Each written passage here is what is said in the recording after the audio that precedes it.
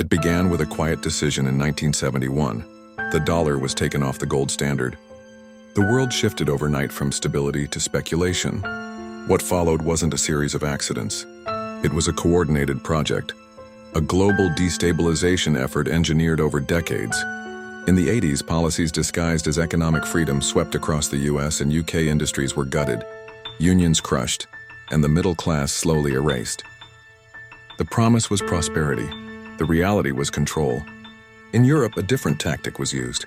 Sovereignty was sacrificed in the name of unity. An unelected commission took the reins, and the euro locked nations into economic dependence. Control was no longer at the national level.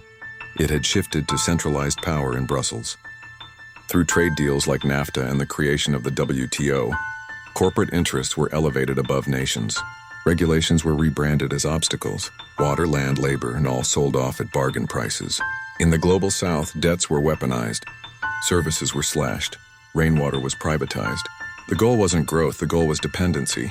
Then came 9/11, the new Reichstag fire. It gave cover for surveillance, war, and domestic submission. Freedoms vanished under the banner of safety. Wars were launched, not for defense, but for domination. In 2008, the financial collapse wasn't a failure. It was a controlled demolition. Banks collapsed by design and governments absorbed the debt.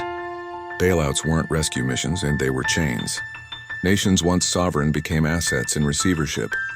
Budgets dictated not by the people but by central banks and troikas. Austerity replaced opportunity. Ownership shifted quietly from public to private, from local to global, from people to planners. The world today is not chaotic by chance. It is being reshaped by those who see humanity not as a family but as a resource to be managed. And the final phase of control? It's already underway.